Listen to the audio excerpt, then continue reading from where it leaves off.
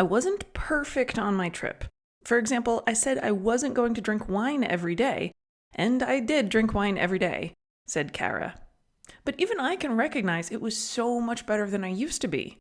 I was really pleased that she said that because, like many of my clients, Kara is one who can be really hard on herself when she falls short of her intentions. I'm not going to beat myself up, she said. But something in her voice told me, but I'm really tempted to beat myself up. Have you ever found yourself in this interim space where you don't want to berate yourself, but at the same time you're hesitant to be too kind to yourself?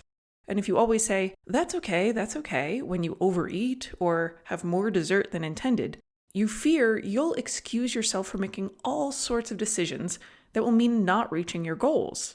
So how does a person navigate being kind to themselves while still achieving great things that we know require discipline? That's what today's episode is all about.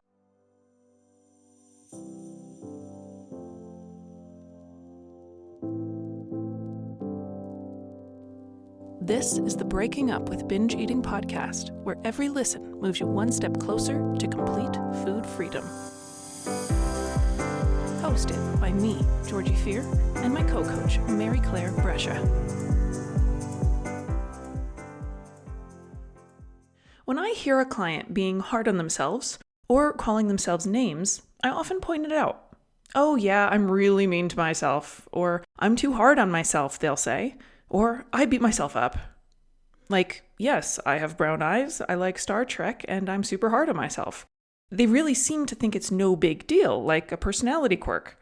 But imagine if I pointed out, wow, you're really mean to other people. Or, you criticize your kids too harshly, you sort of verbally beat them up. And you agreed with me? I mean, those are much more upsetting confessions. The sort of realizations that are hard to stomach and painful to admit. I can't imagine these kind people sitting across from me admitting so readily that, yeah, I'm really mean to other people.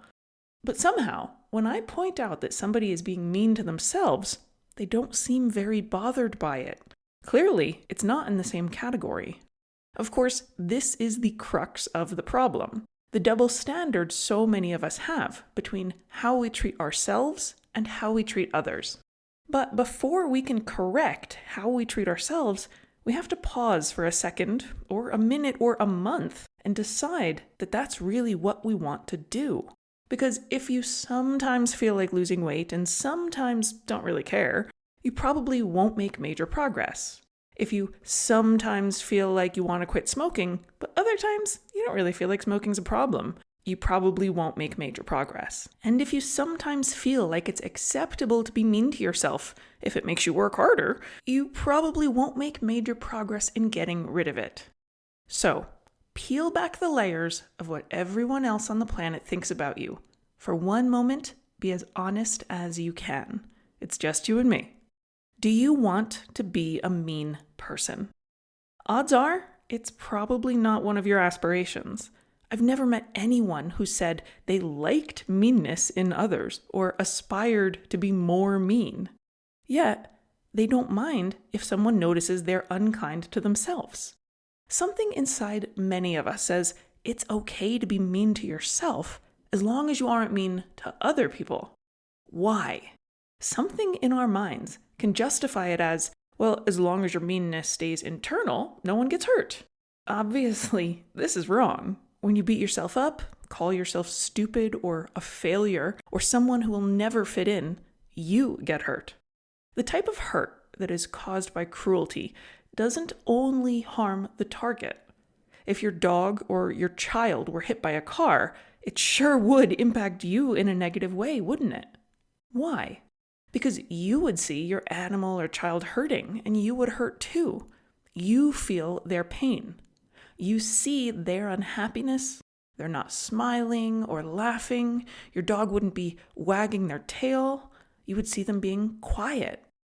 A hurting child or animal withholds their personality. There's no playfulness. They probably engage with you less while they're healing, taking more time to themselves, not really feeling up to doing anything new.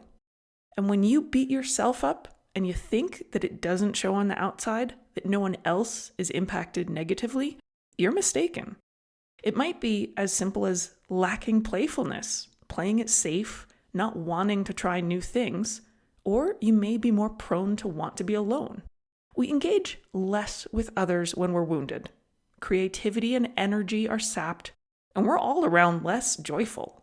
This can happen in a short-term sense, maybe over the course of hours or days, or it can impact decades of our lives. I'm not surprised when someone is trying to heal from thrashings that they've been giving themselves for a lifetime. You might not even know how much more joyful and energetic you would be, and how much more you could get done without nursing this constant self-inflicted injury. Wait, what? I could get more done? A lot of people who listen to that last sentence just glossed over blah blah, be happier. But the idea of getting more done, now, that jumped out as important. After all, if you ask many people, why are they so mean to themselves? Or why do you beat yourself up? Or why don't you want to seem to change that? It's because they feel that it brings with it high achievement. The unhappiness that it causes seems like not a bad price to pay, especially if they've gotten used to feeling uneasy, pressured, and anxious or depressed. That feeling is just normal. And so we strive and strive to achieve more in hopes that someone will notice. Someone will say, "You are incredible. You do such good things. I'm so glad you came into my life. You have made a positive difference in the world. You have a good heart. You are lovable. You are loved." We want to hear and feel and see these things so fundamentally that every day becomes an opportunity to excel more, do more, achieve more, and it never feels like enough. When we receive kindness and recognition and that support from others, it feels amazing. It feels like life-giving air to a suffocating soul. But it only lasts a short time. The applauding crowd goes home, or the supportive friend isn't by your side every moment.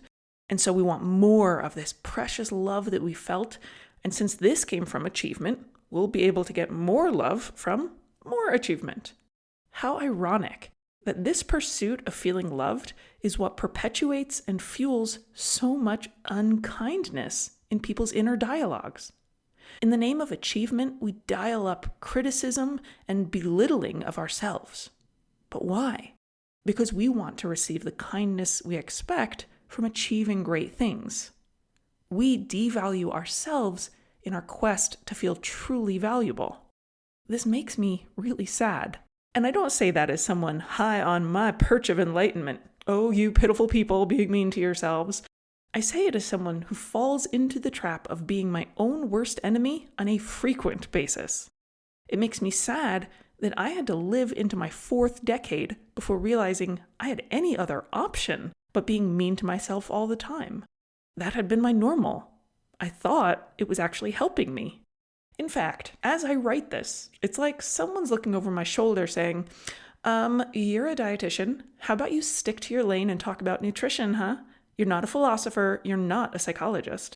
But guess what? 41-year-old me is still learning new tricks. So when my mind is giving me all sorts of scathing, who do you think you are memos, focusing on all the things I am not, I can interject with all of the things I am. I'm actually someone who has been through hell and back with my own mental health, physical health, and disordered eating. I'm someone who has learned valuable things, and I'm someone who shares what I find valuable. So, inner mean girl, go eat a carrot, enjoy the beta carotene, and let me write. And truthfully, nobody even contends with me, or they haven't yet, that the relationship we have with ourselves is irrelevant when it comes to eating behavior. And truthfully, no one has yet tried to contend with me that the relationship with ourselves is irrelevant when it comes to eating behavior. It's obvious that disordered eating and maladaptive eating leading to obesity occur within the context of a person's life, and often as a result of that context. Like an animal species adapts to its environment, a fox growing a thicker fur coat in colder climates, for example, people adapt to life by binge eating, overeating, restricting, or simply becoming preoccupied with dieting and weight. Like coping with cold weather, These behaviors insulate us from our fears, providing a layer of protection from threat. I already described how beating ourselves up can be perpetuated by a fear of not achieving enough to feel lovable or valuable. Before I move on to solutions, I want to briefly touch on some of the other reasons I believe people develop the habit of being overly critical of themselves, and why they actually resist being nicer. Number 1, we think this criticism will prevent us from being hurt by surprise. If I tell myself I'm ugly before I leave the house, and every time I look in the mirror, if someone else says, "Hey, you're ugly," at least I won't be surprised. If I tell myself I'm bound to be fired because I'm stupid, then if I get fired, I won't be surprised. I called it.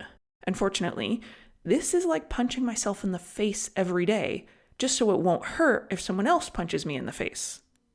But truth is, it still would hurt if someone else punched me in the face.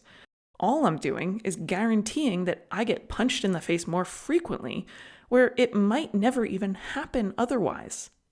The number 2 reason why people are overly critical of themselves and resist being nicer. It gives us the illusion of control.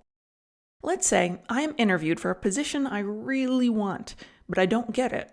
Or I go on a first date with someone who never calls me again. I may beat myself up endlessly over what I wore, the way I answered their questions, my choice of words.